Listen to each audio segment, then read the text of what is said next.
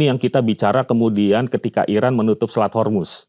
Ya, di mana kalau kita lihat Selat Hormuz itu menguasai sekitar 20% dari jalur perdagangan ekspor impor, terutama ekspor ya untuk kemudian ekspor minyak ke dunia gitu. Jadi jalur perdagangan yang utama. 20%. Iya betul. Jadi kalau kita lihat saja dari jalur perdagangan dunia, dia merupakan top 2 dari jalur perdagangan di dunia. Nomor 1 yang dekat di negara kita, dekat negara kita itu Selat Malaka.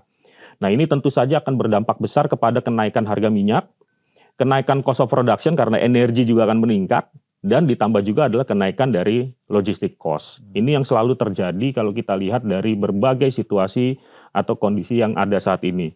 Jadi kalau kita lihat historis saja, coba kita lihat berdasarkan data ya, di slide 30 misalnya. Ya.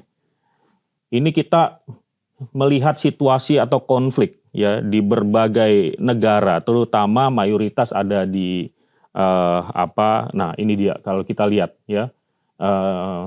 Bagaimana kemudian Gaza Israel crisis terjadi dari sejak tahun 2014 terus kemudian berlanjut ya, terus kemudian terjadi lagi 2019 2021 yang saya ingat kemudian tahun 2024 kemarin yang Iran Israel ya pas lagi kita liburan waktu itu kemudian terjadi perang dan kemudian berlanjut lagi 2025 kemarin dan sekarang 2026.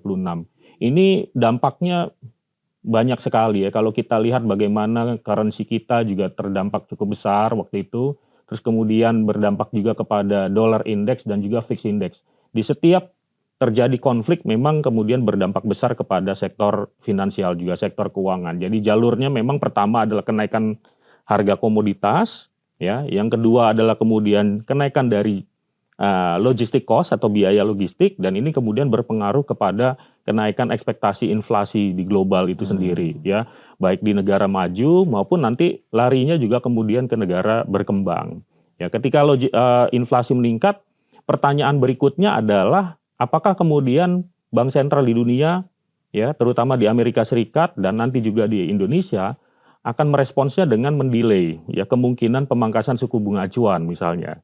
Kalau misalnya pemangkasan suku bunga acuannya kemudian terdelay, ya otomatis kemudian bisa ada berdampak ke pressure atau tekanan kepada nilai tukar kita juga ya terhadap US dollar. Jadi rentetannya memang banyak ya, apalagi nanti kita lihat juga di berbagai skenario tergantung berapa lama Selat Hormuz itu kemudian ditutup. Ya, apakah 1 minggu, 1 bulan, 3 bulan misalnya, tergantung berapa lama kemudian masa konfliknya atau perangnya ini. Kalau kita lihat di tahun 2024 yang lalu tuh hanya sebentar. Ya, 2024 kemudian ibaratnya hanya colek-colekan katanya ya. Tapi sekarang sepertinya ini sudah semakin serius karena langsung didahului dengan wafatnya Khomeini, pemimpin tertinggi ya Ayatollah Khomeini. Nah, ini yang kemudian membangkitkan amarah juga ya dari masyarakat Iran, terutama kemudian pemerintah Iran itu sendiri. Makanya ini yang membedakan antara periode konflik yang terakhir ya pada tahun 2024 yang lalu dan kemudian yang terjadi sekarang gitu.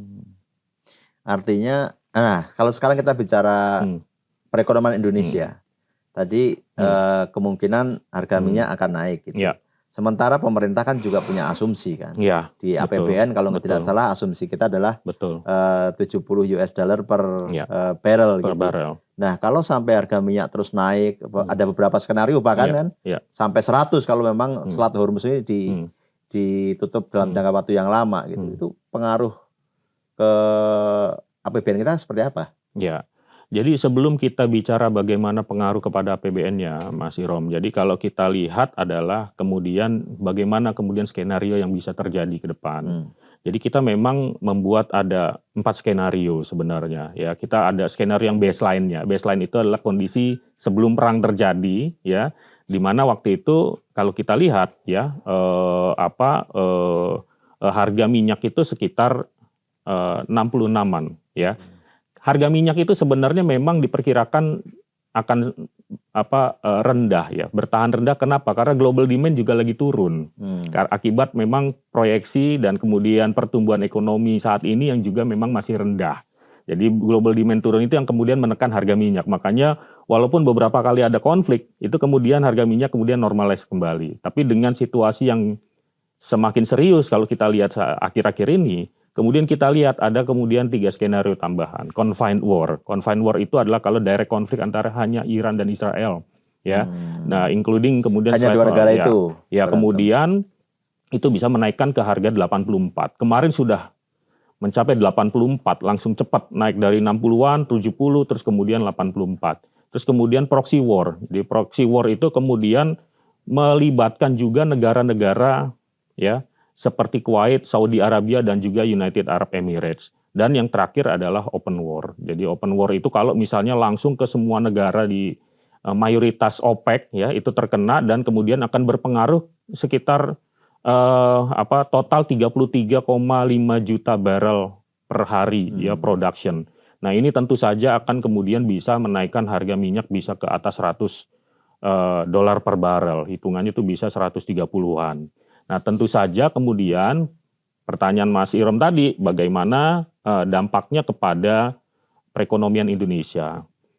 Sebelum ke fiskal nih nanti yang di ujungnya, kita bicara kemudian ke industrinya, ya, karena kalau kita lihat dari dampak dari kenaikan harga minyak ini tentu saja adalah mengalir kemana-mana. Yang pertama adalah ke sektor, ya, yang kedua kemudian ke fiskal, nanti kemudian ke sektor finansial. Yang pertama, kalau lihat ke sektor, ada banyak kemudian sektor-sektor yang terkena dampak besar karena energi cost-nya juga lumayan besar. Ya, share dari total cost-nya, energi cost-nya itu besar. Ya, kalau kita lihat ada misalnya industri semen, petrochemical, fertilizer, plastik, electricity, dan lain sebagainya, itu juga kemudian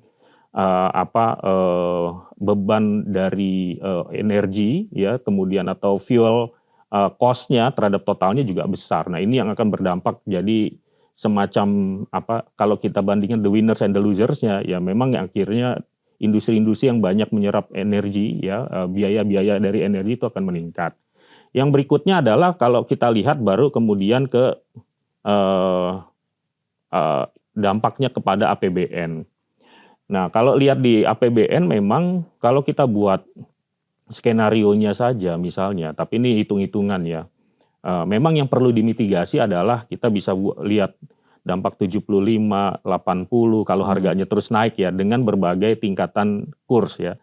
Memang akan ada additional beban subsidi tambahan yang harus ditambahkan, ya. Nah, ini yang kemudian kita lihat bisa perlu diantisipasi juga oleh pemerintah kalau terus naik. Jadi beban subsidi atau kompensasi BBM itu sendiri.